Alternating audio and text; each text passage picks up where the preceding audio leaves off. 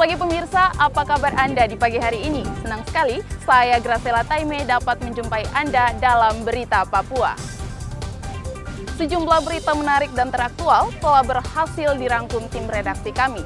Berikut 3 berita utama hari ini.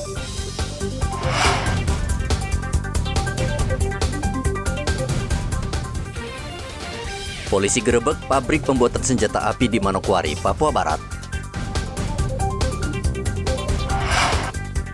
Semburan gas berbahaya di Jayapura, Papua masih diteliti, warga diminta tidak mendekat.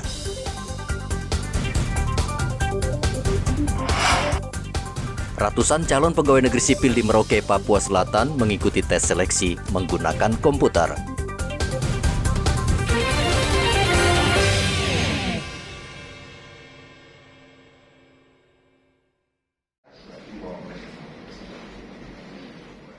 Polresta Manokwari menyita puluhan pucuk senjata rakitan serta mesin untuk membuat atau cetak senjata api. Sebelumnya, tim Buser Polresta Manokwari menggerebek sebuah rumah di kawasan Pravi, Manokwari pada tanggal 22 Oktober lalu. Polisi menemukan puluhan senjata api rakitan.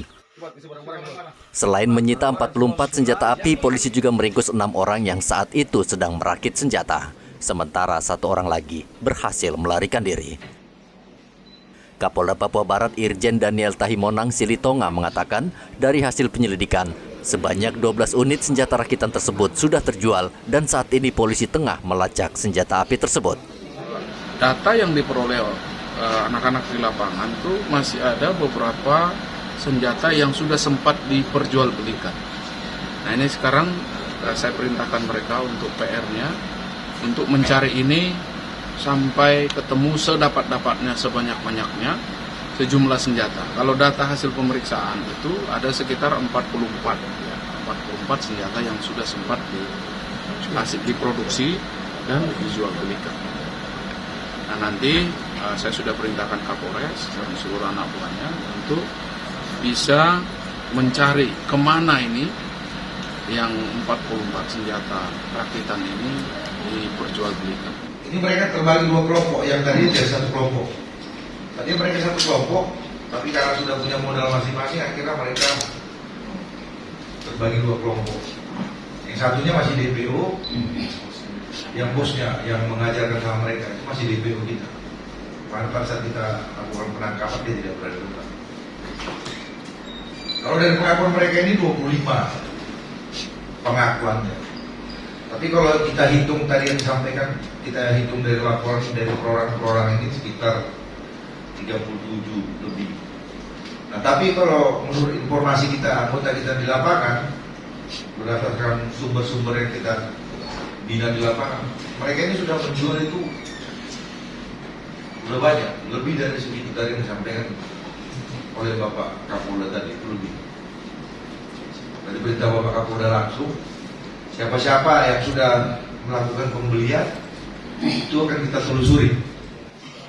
Senjata api rakitan tersebut diduga dijual di Manokwari Selatan, Pegunungan Arfak, dan Manokwari. Para pelaku mengaku sudah 1 tahun membuat senjata api rakitan ini dan mereka mempelajarinya secara otodidak. Edi melaporkan dari Manokwari, Papua Barat.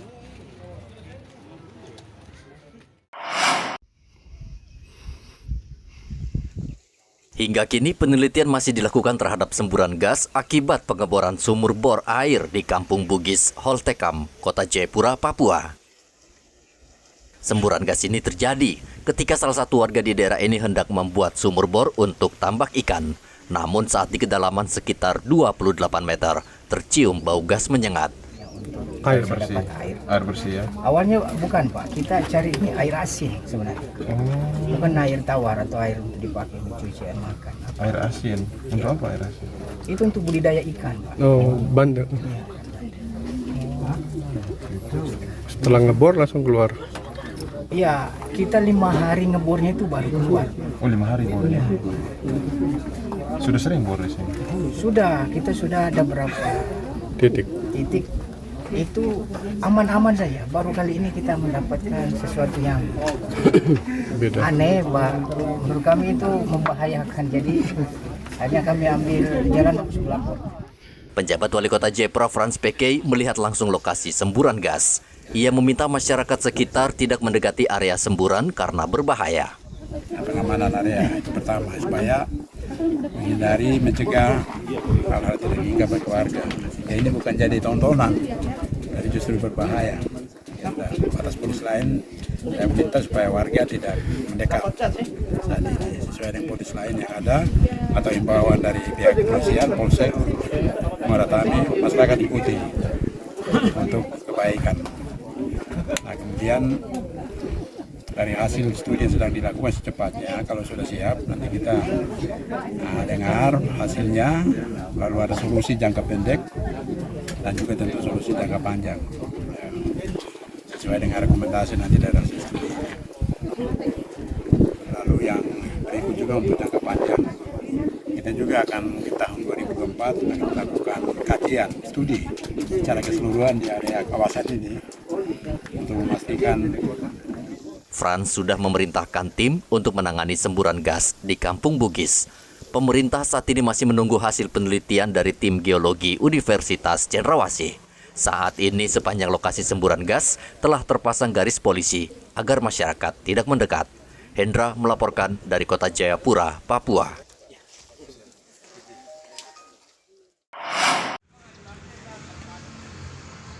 Cuaca buruk yang diperkirakan Januari hingga Februari bisa menjadi kendala bagi Komisi Pemilihan Umum KPU Merauke dalam pendistribusian logistik ataupun surat suara ke kawasan terjauh. Guna mengantisipasi kendala distribusi, TNI dan Polri siap membantu dengan helikopter. Pendistribusian logistik ini memang dari sisi kondisi geografis kita akan melaksanakan tahapan ini di tengah musim penghujan dan musim gelombang yang sangat tinggi. Terkait dengan ini kesulitan kami ini di wilayah-wilayah yang terjauh dan terluar, ini di wilayah kepulauan khususnya Pulau Kimam, ada Kontuar, ada Wan, kemudian ada Ilwayap dan juga distrik Tabonji. Ini karena proses pendistribusiannya menggunakan sarana prasarana laut sehingga akan sangat sulit. Namun kami sudah melakukan antisipasi ya terkait dengan hal ini untuk bisa memastikan seluruh proses pendistribusian ini bisa tepat waktu pada pelaksanaan pemilu nanti. Untuk antisipasinya tidak akan menggunakan pesawat udara untuk pendistribusian, Ibu? Ya, ini mungkin kita masih harus berkoordinasi dengan pihak-pihak terkait. Dalam hal ini yang memiliki sarana ini ada dari kepolisian atau TNI Polri. Selain itu, KPU Merauke juga sudah memperhitungkan jika kondisi cuaca baik, maka logistik bisa didistribusikan dengan menggunakan kapal laut. Wilayah Papua menjadi tantangan bagi KPU. Selain medan yang sulit, beberapa daerah juga rawan tindakan kelompok kriminal bersenjata. Muhammad Ridwan melaporkan dari Merauke, Papua Selatan. Kapolres Merauke AKBP Sandi Sultan memberikan peringatan bagi semua anggotanya agar melayani masyarakat dengan ramah. Menurut Kapolres, sikap tersebut merupakan komitmen polisi, apalagi menjelang pemilu. Saya minta kepada seluruh jajaran Polres Merauke, tidak ada lagi yang menyakiti hati masyarakat. Layani betul-betul masyarakat dengan baik. Seperti itu.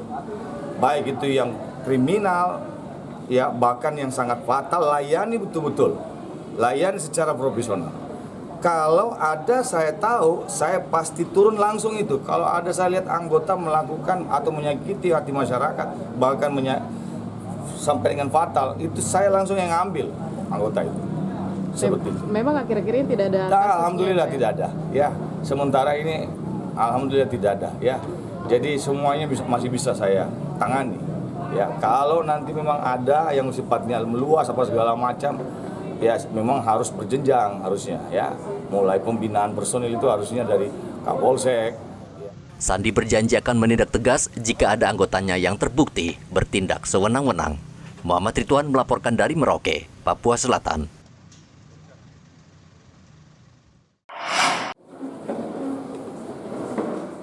Peserta calon pegawai negeri sipil di Merauke Selasa kemarin mengikuti seleksi masuk yang berlangsung di Aula SMA Negeri 1 Merauke, Papua Selatan. Kali ini panitia seleksi menerapkan sistem komputer sehingga hasil seleksi diharapkan bisa lebih akurat dan dapat dipertanggungjawabkan. Bupati Merauke Romanus Mbaraka berharap seleksi masuk melalui tes komputer sangat membantu pemerintah daerah.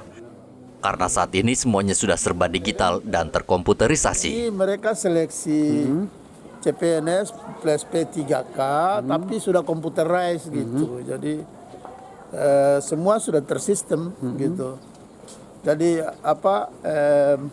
persoalan-persoalan yang akan mereka jawab dalam seleksi ini itu sudah by digital. Jadi misalnya satu soal ada timing untuk jawab, ada waktu untuk dia bisa jawab gitu. Nah, mereka juga harus bisa komputer gitu.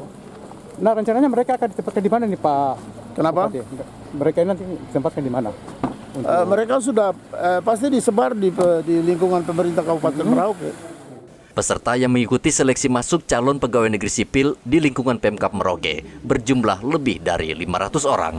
Mereka nanti akan dipromosikan menjadi pegawai negeri sipil di lingkungan Pemkab Merauke. Muhammad Ridwan melaporkan dari Merauke, Papua Selatan.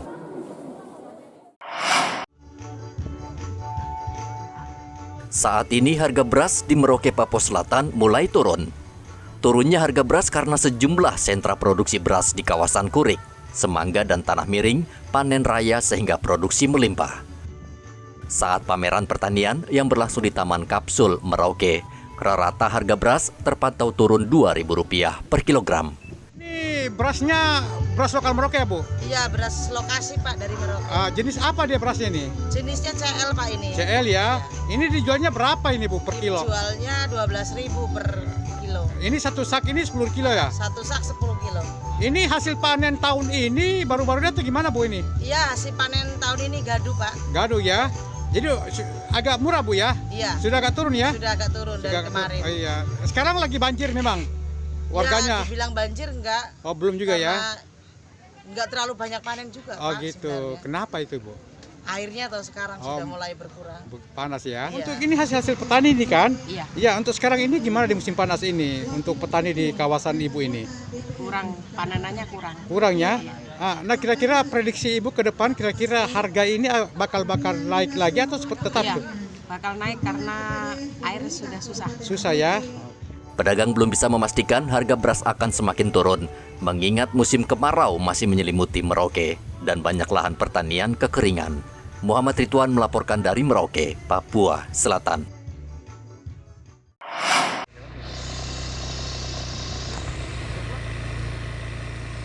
Pemerintah saat ini tengah berkonsentrasi membangun kualitas pendidikan dan kesehatan di Papua yang masih tertinggal dibanding daerah lain di Indonesia. Selain infrastruktur, salah satu yang menjadi kendala masalah adalah kualitas tenaga pengajar dan perawat.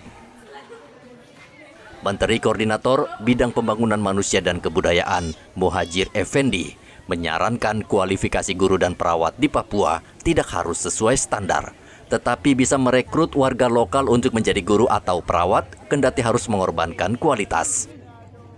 Hal ini disampaikan Muhajir dalam Konferensi Nasional ke-8 Forum Kerukunan Umat Beragama tahun 2023 di Jayapura, Papua, Selasa kemarin.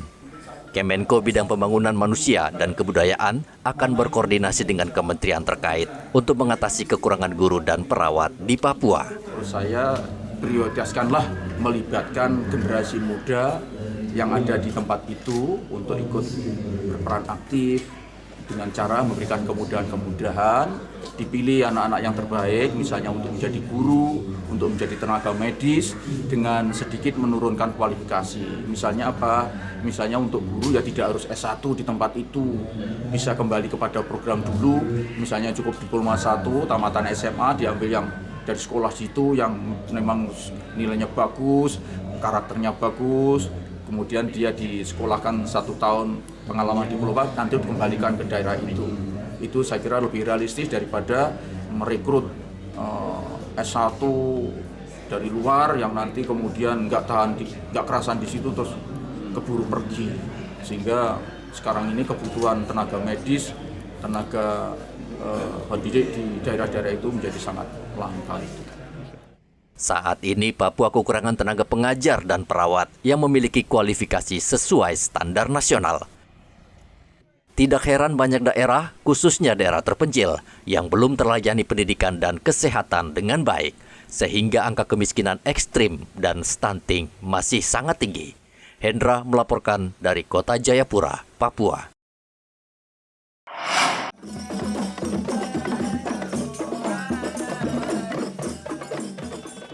900 santri dari beberapa pondok pesantren di Kota Jayapura menghadiri upacara peringatan Hari Santri Nasional. Penjabat Wali Kota Jayapura Franz PK menjadi inspektur upacara pengibaran bendera merah putih di lapangan pondok pesantren Hidayatullah Holtekam. Franz mengatakan santri adalah sosok luar biasa karena mereka tidak hanya menimba ilmu pengetahuan, namun juga agama. Maka dari itu ia berharap para santri bisa menjadi kaum intelektual yang memegang moralitas yang tinggi.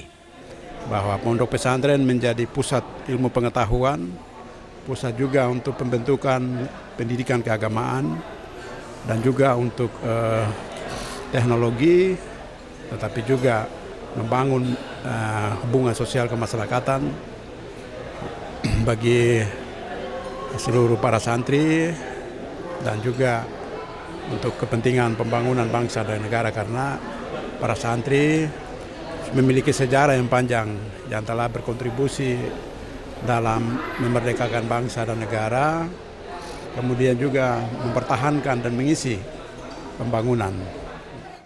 Peringatan Hari Santri diikuti 32 madrasah dan 7 pondok pesantren di Kota Jayapura. Ini menunjukkan pesantren dan sekolah madrasah di Kota Jayapura tumbuh dan berkembang. Ke depan, ya, keadaban santri ini akan melahirkan leader, ya, pemimpin santri yang tentunya searah dengan apa yang menjadi misi Kota Jayapura, satu hati membangun kota untuk kemuliaan Tuhan. Dan kita berharap bahwa pelaksanaan upacara Hari Santri, Apel Akbar Santri, dan Kirab Santri tingkat Kota Jayapura itu memberikan sebuah gambaran yang komprehensif tentang makna Pancasila, kemudian makna Negara Kesatuan Republik Indonesia, Bhinneka Tunggal Ika, dan UUD 45. Dalam hal ini merupakan ajang silaturahim pula di antara mereka agar semakin memperkokoh persatuan, di mana persatuan di antara mereka harus terus dipupuk agar mereka juga mempunyai kesadaran bahwa yang namanya cita-cita membangun NKRI merupakan tidak bisa dibangun ataupun dikelola oleh sekelompok orang, segelintir orang, tetapi merupakan jiwa persatuan dan kesatuan mereka perlu ditingkatkan. Peringatan Hari Santri ini juga dimeriahkan dengan atraksi para santri di Kota Jayapura. Hendra melaporkan dari Kota Jayapura, Papua.